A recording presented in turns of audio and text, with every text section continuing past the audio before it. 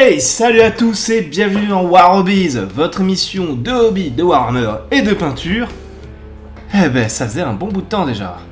Et ouais, aujourd'hui, c'est le premier épisode de War Hobbies, et aujourd'hui, c'est un épisode où on va parler de pognon. Il voulait vous entuber, mais on va parler de pognon. Merci. On va plus précisément parler de matériel en fait. Et oui, on va parler d'argent. Et on va parler d'argent de manière honnête. Pourquoi tu bugs sur le mot honnête ? J'ai toujours l'impression que dès qu'on parle d'argent, les gens ont du mal avec ça. Alors que le hobby, bah oui, c'est réaliste. Ça coûte vraiment cher. C'est un hobby qui coûte très cher. Et bah, faut être honnête là-dessus. C'est là où on va parler en effet des bons plans, des mauvais plans et des plans qu'il faut éviter. Mais vraiment très fort. Et toi, tu t'y connais suffisamment, monsieur, pour connaître tout ça. Oui et non. En fait, je vais vous parler complètement de mes erreurs et de mes points positifs. Qu'est-ce que j'ai bien fait, qu'est-ce que j'ai mal fait. Clairement, que j'ai merdé. Et là, dans ce cas, il n'y a pas grand-chose à pouvoir dire. Faut être honnête avec vous. Le hobby, ça coûte cher, mais on peut faire des économies à certains endroits. Et donc, tu vas nous présenter tes bons plans ? Totalement ! Et c'est ça qui va être intéressant, c'est le fait que vous allez pouvoir avoir des bons plans et en même temps, ce qu'il faut peut-être pas faire, ou en tout cas les erreurs que j'ai fait. Oh Seigneur, la révérence ! En effet, aujourd'hui, on va reparler matériel. Et pour parler matériel, moi je vais quand même vous apporter quelques chiffres et quelques éléments. Qu'est-ce que moi j'ai acheté au moment où j'ai commencé le hobby, donc 2024-2025, ce qui veut dire que les prix auront peut-être totalement changé au moment où vous regardez cette vidéo. Mais si vous regardez cette vidéo dans les dates, vous avez les prix que j'ai payés. Voilà. Et donc, pour commencer le hobby, déjà, faut que t'achètes une figurine à 50 balles. Ouais, les figurines Warhammer 40k sont très chères, mais si vous voulez commencer par d'autres types de figurines, c'est la même chose. Il y a les Seigneurs des Anneaux, ou il y a les Heroes Quest qui sont globalement moins chers, même s'il y a des trucs qui peuvent fluctuer. Les figurines Games Workshop sont majoritairement assez chères, surtout le Warhammer 40k, faut pas déconner, c'est une de leurs licences favorites. Et celle qui le rapporte le plus. Donc ouais, c'est cher, les figurines sont chères. Il y a des alternatives ou pas, c'est à vous de décider. Moi j'aime bien garder un petit peu le côté officiel. Mais je peux pas m'en acheter tous les jours. Avoue-le, tu serais prêt à balancer un SMIC, mais c'est juste que tu dois te nourrir et payer tes factures. Je serais prêt à balancer un SMIC dans des figurines, et si je comptabilise tout ce que j'ai acheté, je pense qu'il n'y a pas eu qu'un seul SMIC qui est passé dessus. C'est indécent, ne faites pas, mais j'aime bien. Au lieu de m'acheter une bagnole, je m'achète ça, c'est bon, jugez pas. Oh, on juge un peu. Bref. Quoi qu'il en est, au niveau du matériel, on va commencer par un truc qui est simple. Le support, sur quoi vous ferez votre hobby. Non, parce que c'est bien de vouloir faire du hobby, mais sur quoi vous le faites. Un bureau ou une table, peu importe, ça c'est vous qui choisissez, mais il faudra le protéger quoi qu'il arrive. Et quand je dis le protéger, c'est qu'il va se prendre des coups de cutter, des coups de pince, ce que vous voulez, donc forcément, votre support, il va s'en prendre. Et de la peinture sur la gueule. Donc ouais, va falloir peut-être protéger ma table. C'est parce que la table de l'arrière-grand-mère mamie, j'ai pas forcément envie de la saloper. Alors certains peuvent avoir des ateliers faits exprès, là dans ce cas, les couilles. Mais d'autres, un support c'est toujours utile. Et là dans ce cas, on peut largement faire déjà un premier point d'économie.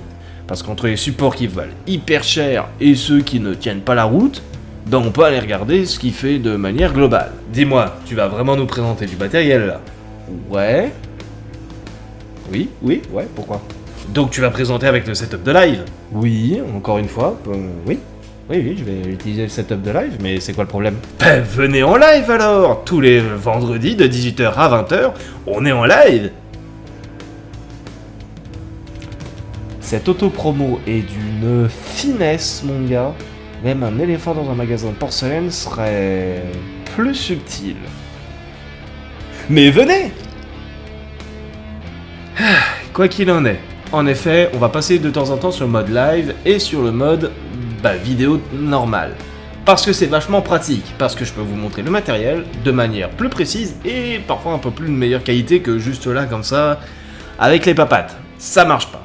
Donc ouais, on va déjà parler du support. Et pour le coup, le support que moi j'ai choisi, c'est souvent un support qu'on retrouve facilement.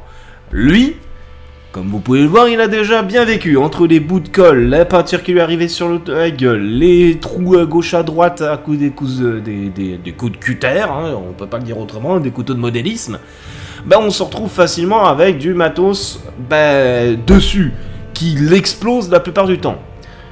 Ce matériel-là m'a coûté à peine 3 €, je crois, même moins 2 € et quelques, à Action. Parce que j'ai trouvé ce genre de truc dans tout ce qui est un peu nurserie, déco, atelier créatif, etc. Dans les magasins Action, on peut trouver facilement ce genre de truc. N'achetez surtout pas les espèces de protections surultimes que vous pouvez trouver, ça ne sert à rien. Vous allez perdre du temps, voire même carrément perdre de l'argent. Parce que votre support, vous pouvez vous-même le personnaliser. Et pour ça, j'ai un truc à vous montrer. Hop!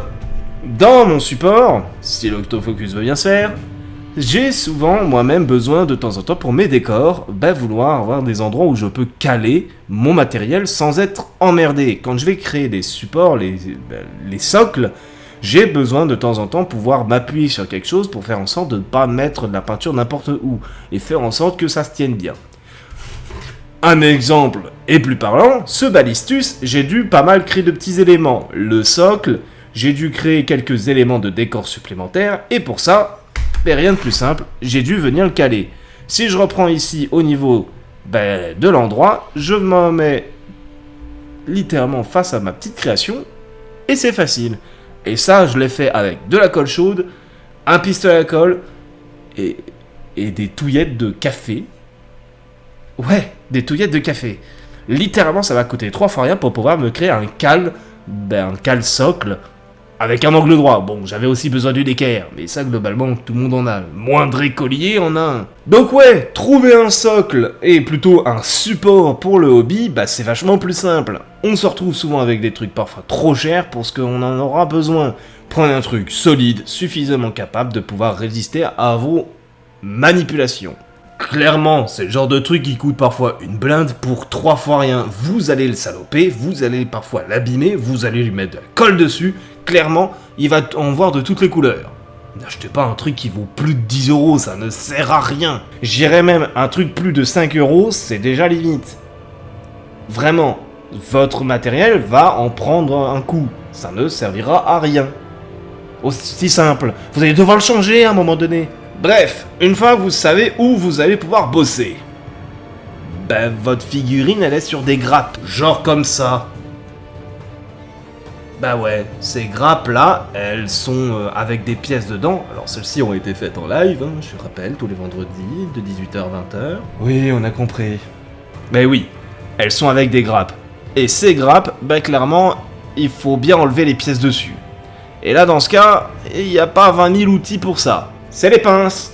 Et là, je vous en ai apporté plusieurs types, on va dire, plus ou moins plusieurs types, qui vont nous être, on va dire, clairement des crash tests. En tout cas, des crash tests que tu as utilisés ou que tu utilises. On en reparlera justement de certaines. Pour les pinces, vous en avez de plein de types, plein de manières, plein de façons. Et là, dans ce cas, c'est bien de savoir quel outil est le plus intéressant. Et on va même parler d'économie. Parce que vous pouvez économiser des pinces. Ouais, vous pouvez en économiser certaines. Sauf que, comme leur nom l'indique, ce sont des pinces coupantes. Donc oui, elles pincent, mais elles coupent aussi. Sauf que le degré de pincer et de couper est différent en fonction du modèle que vous avez. Et là, je pense que vaut mieux regarder de plus près. En effet, pour les pinces, je peux pas le dire autrement, on a plusieurs types. Et moi, dans ce cas, je vais vous en parler de 3 types globalement. Ou plus précisément, les pinces qu'on retrouve généralement. Ça, c'est la pince du daron. C'est celle qu'il utilise parfois pour le bricolage. Elle a un about assez rond, très difficile d'accès pour les petites pièces. Clairement, vous venez plutôt pincer que vraiment couper. C'est, je dirais, peut-être la pire pince que vous pouvez avoir. C'est celle que vous avez dû acheter à 3-4 € ou que votre daron vous a refilé. Ou daronne, peu importe. Mais globalement, c'est pas la meilleure. Celle-là, moi, je la jette. Celle-là, c'est encore autre chose. Celle-là, elle vous coûte quasiment rien. Parce que celle-là, c'est la pince Citadel. C'est la pince que vous achetez quand vous achetez les fameux kits et les boîtes de début. Quand vous achetez les boîtes débutants avec de la peinture, quelques figurines, quelques tyrannides, quelques Space Marines, généralement c'est cette fameuse pince-là. Et moi, elle a été utile pendant assez longtemps. Plus précisément, elle a fait la plupart de toutes mes premières figurines, c'est-à-dire qu'elle a fait au moins une bonne dizaine d'intercesseurs, voire vingtaine d'intercesseurs.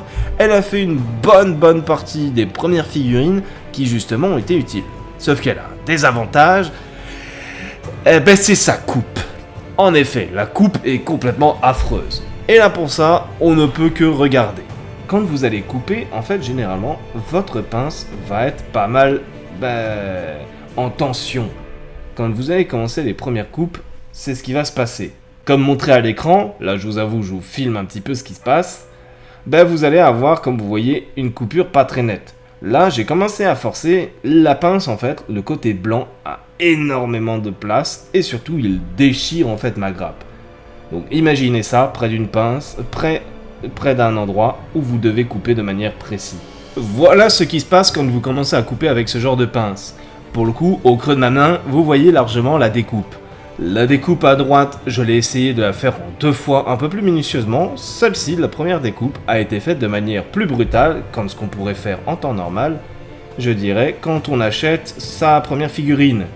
Disons que c'est pas très beau à voir, et on a clairement une figurine qui risque d'être endommagée, ou en tout cas on va devoir la prendre plus éloignée, pour faire en sorte que le matériel soit pas dézingué.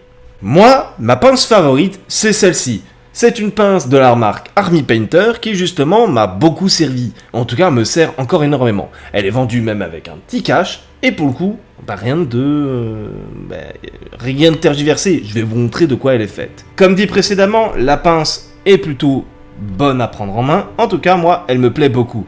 Je peux la mettre comme je veux, de n'importe manière que je veux. Et ce qui est super bien, c'est qu'elle est vendue en effet avec un petit cache. Petit cache qui me permet de pouvoir voir la fameuse pointe. Alors comme vous pouvez voir, la mienne a déjà pas mal morflé. Au bout des années, on peut largement faire en sorte de pouvoir, comment on pourrait dire, aiguiser sa pince coupante et faire en sorte que celle-ci puisse avoir une meilleure coupe.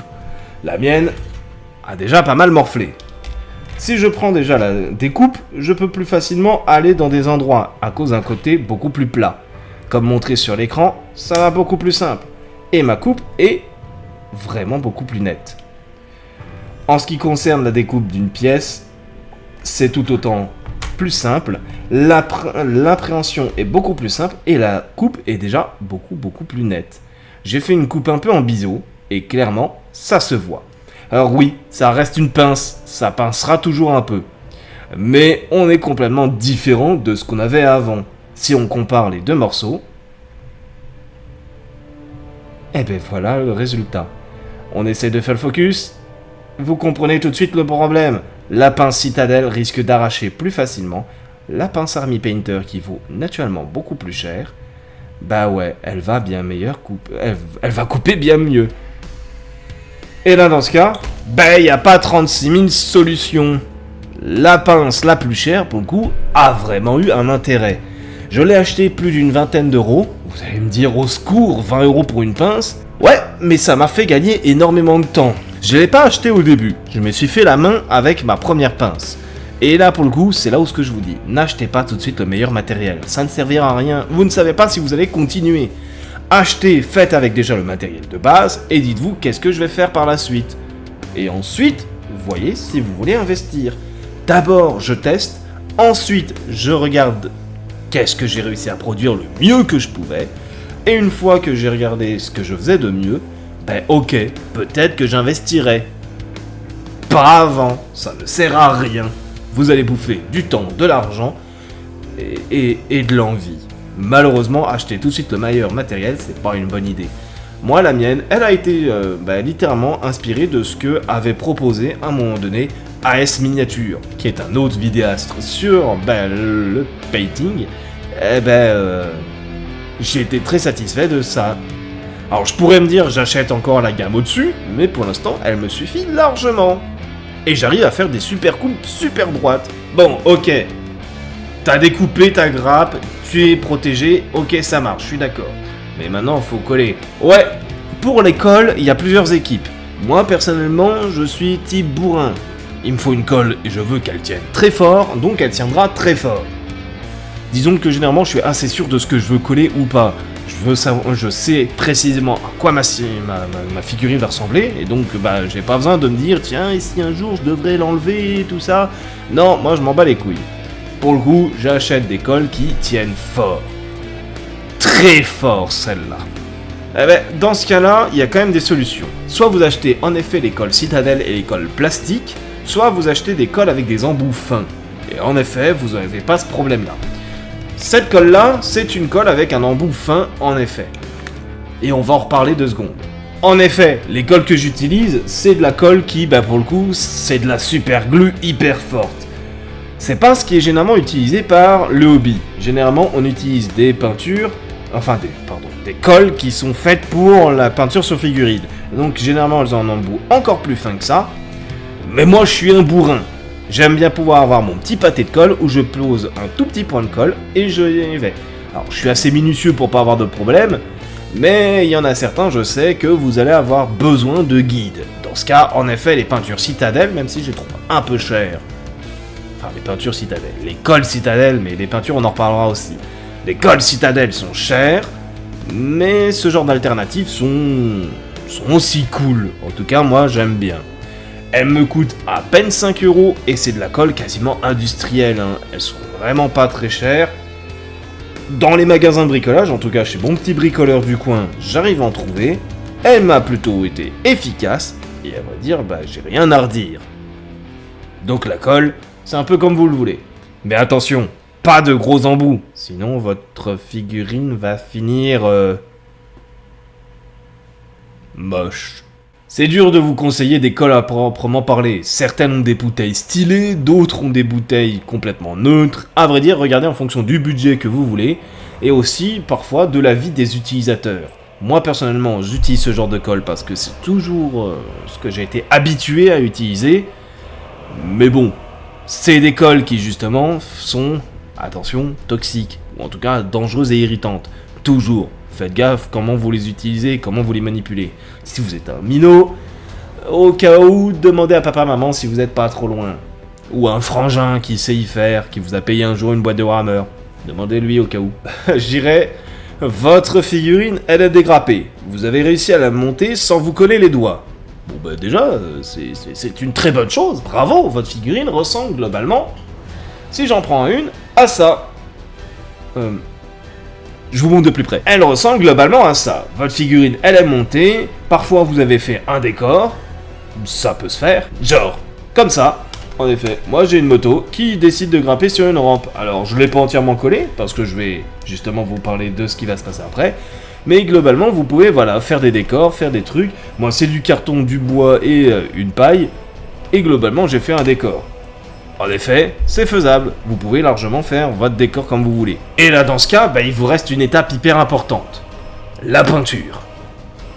On va en reparler de Citadel. Ah ouais, parce que justement, les peintures, vous en avez des tas. Vous avez des tas de marques, et quoi choisir, parfois c'est compliqué. Mais il y a une étape que vous devez absolument faire. C'est la sous-couche. La sous-couche ? La sous-couche de peinture. Et ça, heureusement que beaucoup de gens l'expliquent dans d'autres vidéos, mais la sous-couche est une partie de votre peinture qui va être véritablement importante. La sous-couche peut se faire de 2 manières, soit à la bombe, soit à l'aérographe. Et là, dans ce cas, vous ne pouvez pas y échapper. L'aérographe, si vous êtes dans cette vidéo, c'est que vous connaissez pas trop, en tout cas, le hobby. Soit vous avez jamais fait de aérographe, ou si vous en faites, c'est que vous faites autre chose. Et donc dans ce cas, vous connaissez ce qu'il faut faire. Pour la première solution, je te dis que c'est la plus simple. C'est la fameuse bombe de peinture. Et là, dans ce cas, il n'y a pas beaucoup de marques que je trouve vraiment efficaces. Les marques chez Action, t'as testé, c'est de la merde. Ouais, je peux pas dire autrement. J'ai essayé différentes marques de sous-couches, parce que je me suis dit, waouh, il y a des sous-couches, elles valent un SMIC, je vais pas acheter ça. Et pour le coup, on va en rediscuter. Mais les sous-couches à l'heure actuelle, j'en ai trouvé que très peu qui m'ont satisfait. À tel point que je me suis dit qu'il n'y aurait jamais une sous-couche pas chère qui me plaît. J'ai pas réussi à trouver. Et donc je me suis rabattu sur une marque de sous-couche que pour le coup j'adore. J'adore le grain, j'adore ce qu'elles font, j'adore la tenue. Parce que oui, ce qui va être important avec la sous-couche, c'est qu'elle fasse tenir votre peinture avant qu'elle tombe en lambeaux.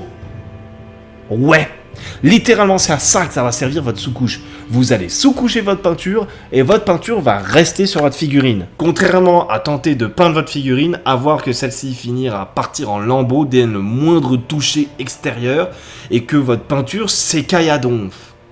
C'est pas ça qu'il faut. Il faut que votre peinture s'accroche. Ce qui veut dire que juste avant d'avoir sous-couché, donc juste avant, faut avoir nettoyé sa figurine.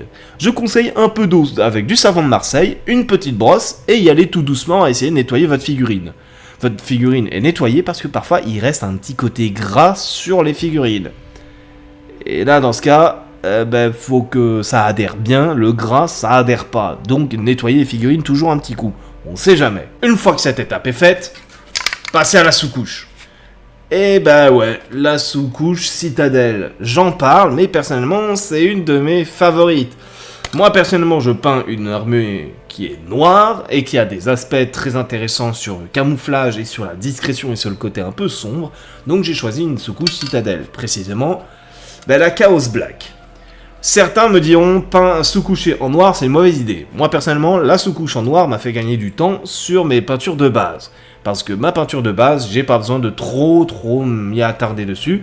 Elle va fonctionner et je vais pouvoir continuellement à travailler facilement. Je conseille souvent aux débutants, surtout si vous avez une armée bien colorée, d'aller sur des peintures, je dirais en fonction des couvrances. Et là, il faudra un jour qu'on fasse une vidéo sur les théories des couleurs. Globalement, vous avez une armée plutôt claire, prenez plutôt des sous-couches plutôt claires. Je conseille vraiment le gris et le blanc.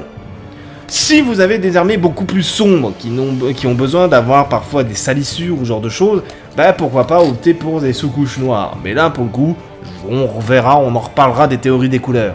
Parce que clairement, ça peut vraiment valoir le coup de regarder ou pas ce qui est intéressant en fonction de la couvrance. Donc globalement, si vous faites des ultramarines, sous-couchez en blanc, ça sera beaucoup plus simple, et les couleurs seront bien plus pétantes et vives. Après, tout dépend de ce que vous voulez faire.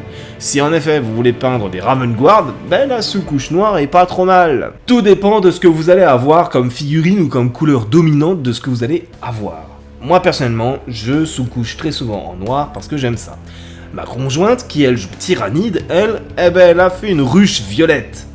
Donc clairement, la sous-couche là, elle est blanche. Alors, pourtant, vous allez me dire, c'est une couleur sombre. En effet, le violet, c'est pas la couleur la plus éclairée du monde. Ouais, mais il y a une grande majorité de ces figurines qui ont des peintures blanches, ou en tout cas des aspects blancs. Donc, pour que tout ressorte correctement, le violet va ressortir beaucoup. Elle n'aura pas forcément besoin de tartiner des tonnes de peinture en bouchant des tonnes de détails pour avoir quelque chose de correct. Et ça, c'est cool. Parce que oui, utiliser des sous-couches, ça a quand même un désavantage. Il va falloir faire attention. Alors, dans l'utilisation de toutes les peintures, il faudra faire attention. Mais en particulier, les sous-couches. Parce que c'est elle qui va clairement donner le ton de votre figurine. Si vous sous-couchez de manière abusive, votre figurine va ressembler à un gros pâté tout moche.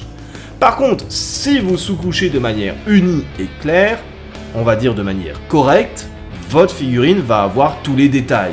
Et là, dans ce cas, je ne peux prendre que certains exemples. Donc voilà 2 exemples. Clairement, mes 2 figurines, tous les 2 des Ravengard, tous les 2 des Space Marines, mais si on les compare les deux, on va avoir clairement des aspects très différents.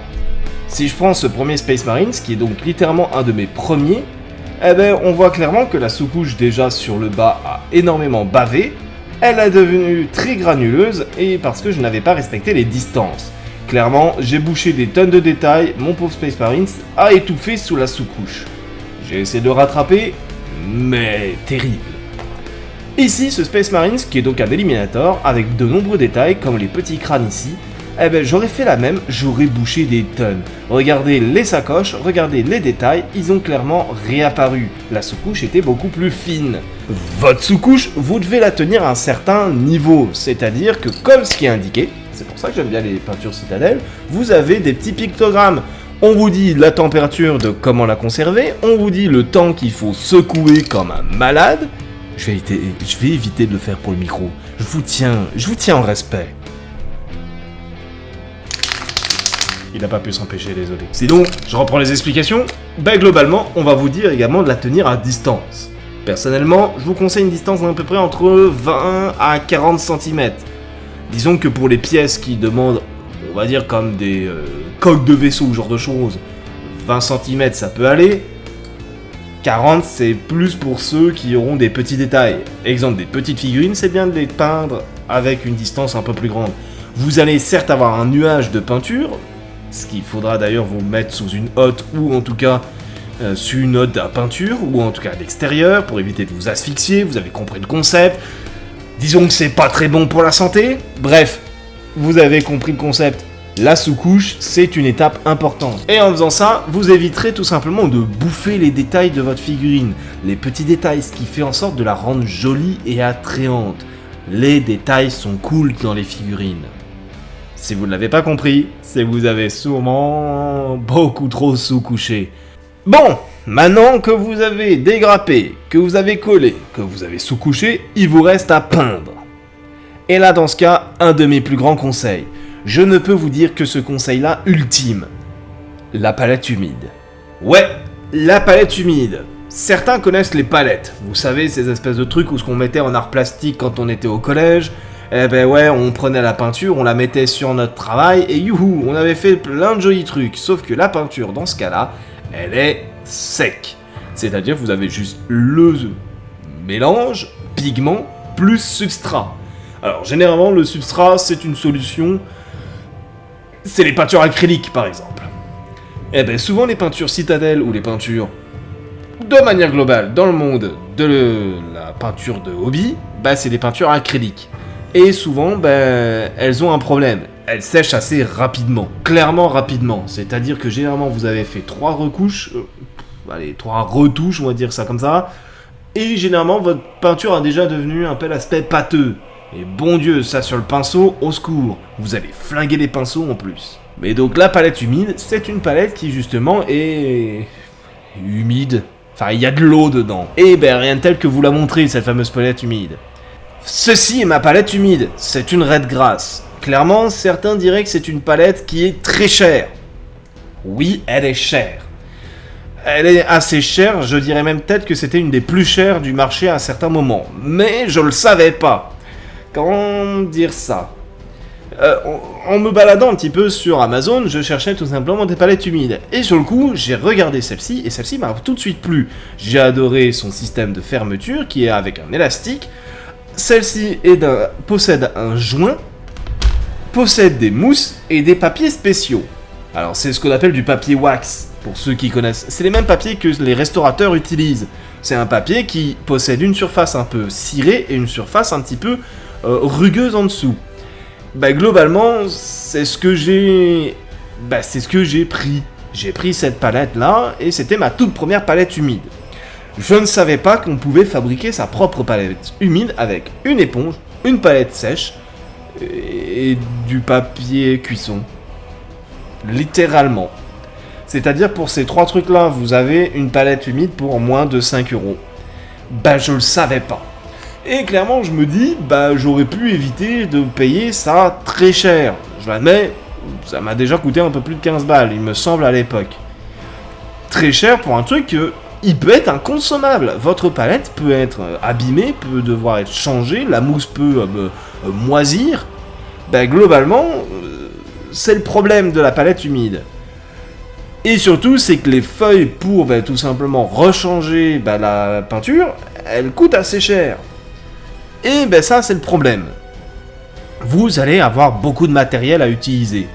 Ce qui fait que la palette humide peut être un vrai avantage, parce que c'est elle qui va vous faire économiser sur un point. La palette humide va faire économiser sur la peinture. Alors, je montre ce côté-là, parce que moi, mes peintures sont juste ici. Nos petits pots de citadelle qui coûtent quasiment 5 €, voire 8 € des fois, clairement, ça coûte une blinde. Alors, si je peux éviter de racheter tous les 5 minutes de la peinture, j'admets, je serais content. J'utilise très souvent certains colorants. Je pourrais vous le donner tout de suite. C'est celui-ci. J'ai même pas besoin de regarder, je sais très bien que c'est tout simplement mon Dawnstone. Mon Dawnstone, je l'utilise énormément pour mes arêtes, pour mon décor, pour plein de choses. Cet aspect béton-poussière, je l'adore. Mais pour le coup, Bah c'est un petit pot qui me coûte quasiment 4 € à chaque fois. Et encore, je l'achète sur des partenaires. Bah ouais. Imaginez que vous devez acheter très souvent, voire 5 fois plus de peinture parce que vous n'utilisez pas de palette humide. C'est un enfer, c'est un gouffre financier. La palette humide vous empêche de devoir utiliser trop souvent de la peinture. La palette humide, vous en aurez besoin, j'en ai besoin.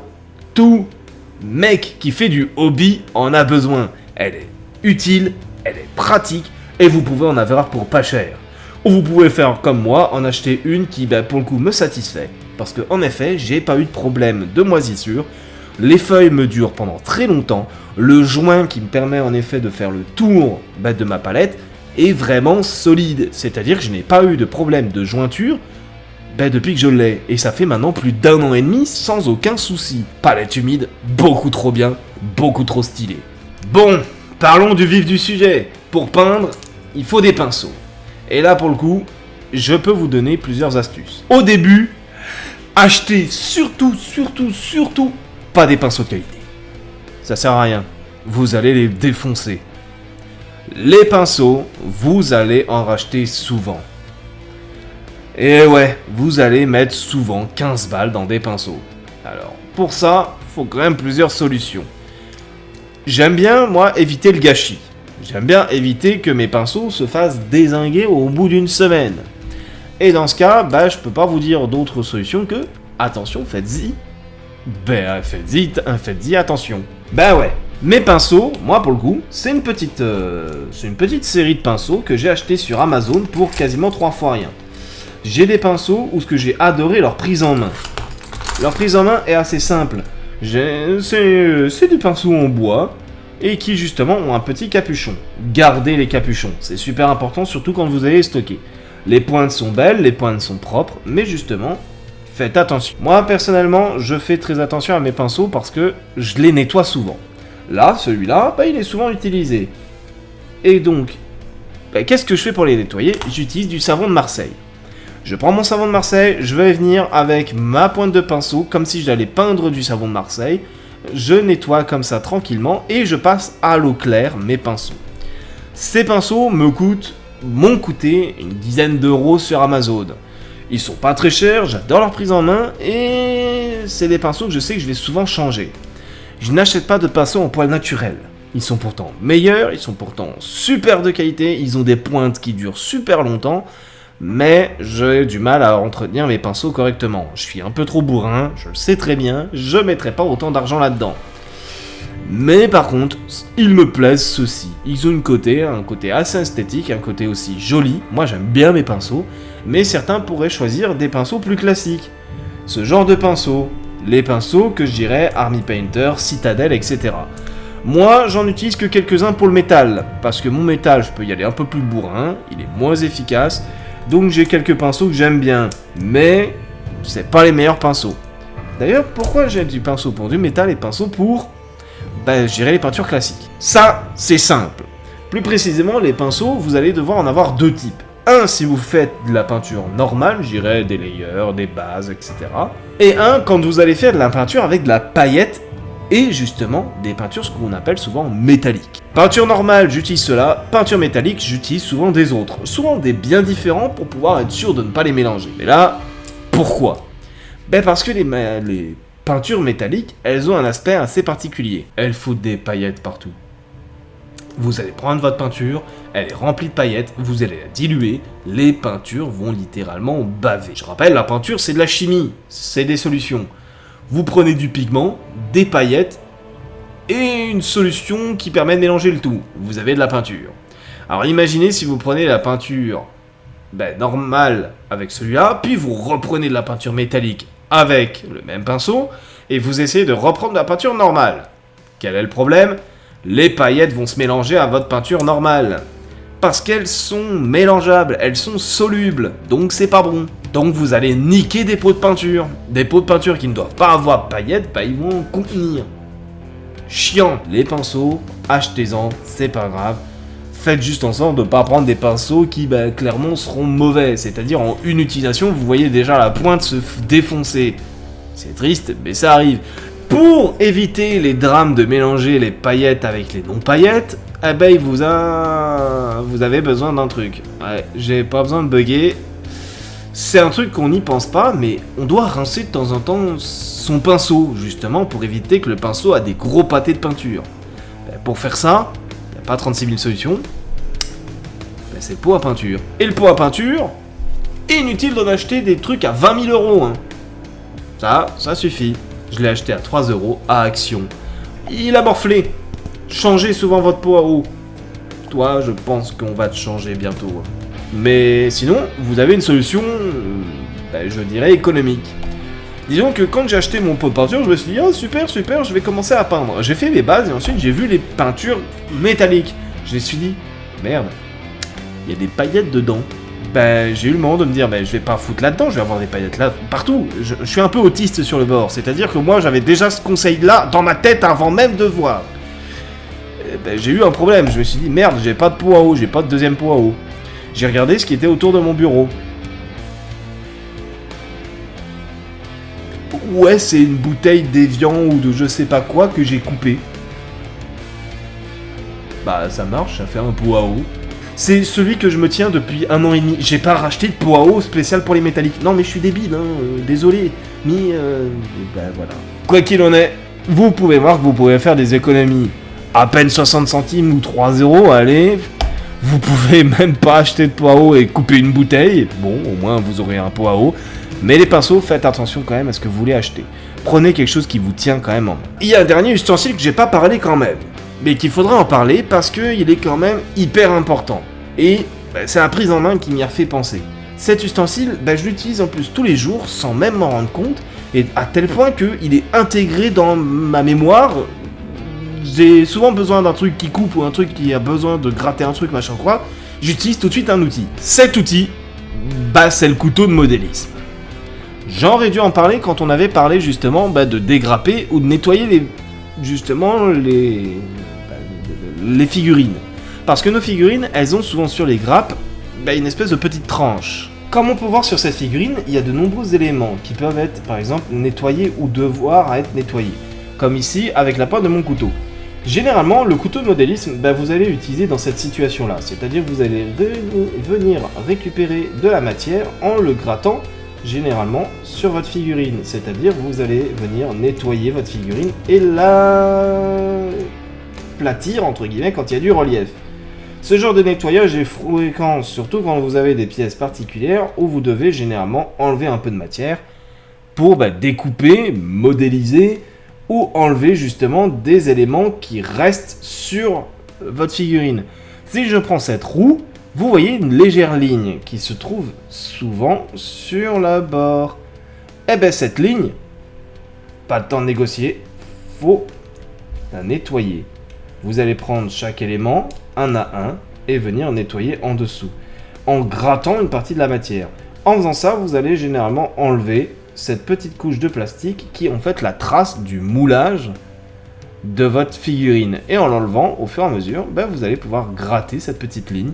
Et le couteau de modélisme va vous servir à ça. Il peut vous servir dans plein d'autres cas. Un des cas les plus importants, c'est quand vous devez découper une pièce. Par exemple, vous voulez qu'un crâne, vous voulez qu'un élément, vous voulez modifier, je ne sais pas, un armement, un équipement. Il faut bien découper correctement votre pièce. Le couteau de modélisme est fait pour ça. Vous pouvez en avoir littéralement pour pas cher. Le mien, il y a aussi de chez Action. Littéralement 3 € avec plusieurs types de lames. J'ai racheté un deuxième couteau de modélisme, pareil, quelques euros également, avec justement plein de recharges de lames. Ce qui me permettait d'avoir plein de lames pour mon couteau de modélisme. J'aime bien celui-là parce qu'il a une petite prise en main correcte. Et il a un petit aimant au bout qui me permet de choper les petites lames quand j'ai besoin de devoir en changer. J'en chope une, je la laisse glisser, je la récupère, je dévisse, hop, tranquillement, j'enlève la lame, je la rechange, etc. C'est super simple. Tac, voilà, j'ai mis au bout de l'aimant. Franchement, il n'y a rien de tel. Et ça évite de les perdre, les lames. Il y en a qui sont très chères, il y en a qui sont pas chères. Moi, le mien, il a largement fait le taf depuis 1 an et demi. Et de temps en temps, je change la lame. Bon, elle casse, etc. Normal, c'est très fin. Bref, comme vous avez vu, il y a de nombreux moyens d'être économique. Il y a de nombreux moyens de pouvoir faciliter l'acquisition de ce matériel. Et bah parfois, on peut faire vraiment des bonnes affaires. Des fois, on peut se faire un petit plaisir, une bonne pince, une bonne palette humide, ça peut être des ustensiles qui peuvent être vraiment pas mal. Mais pensez à ce que ça soit pratique. Surtout si vous commencez le hobby, inutile d'acheter du gros matériel, achetez du matériel qui vous est utile. Si vous avez des outils qui sont inutiles, ça ne sert à rien. Si vous avez des outils turfus, ça sert à rien si vous venez à peine de commencer le hobby. Bref, cette vidéo est finie. Et en tout cas, elle est presque finie. Moi, en tout cas, j'espère que ces conseils vous ont été super utiles, que vous avez pu prendre un bon temps avec moi, avoir quelques conseils, des petites astuces, voir comment, au final, je travaille et que je balance quelques vidéos sur notre bonne passion qu'est le hobby. Et j'espère vraiment, avec vraiment beaucoup de plaisir, que vous avez pu trouver des petites astuces, pas très chères, des astuces peut-être un peu plus chères, mais peut-être qui dureront plus dans le temps. À vous de décider. Franchement, prenez le temps de choisir correctement votre matériel. Et bonne peinture à tous. Allez, ciao!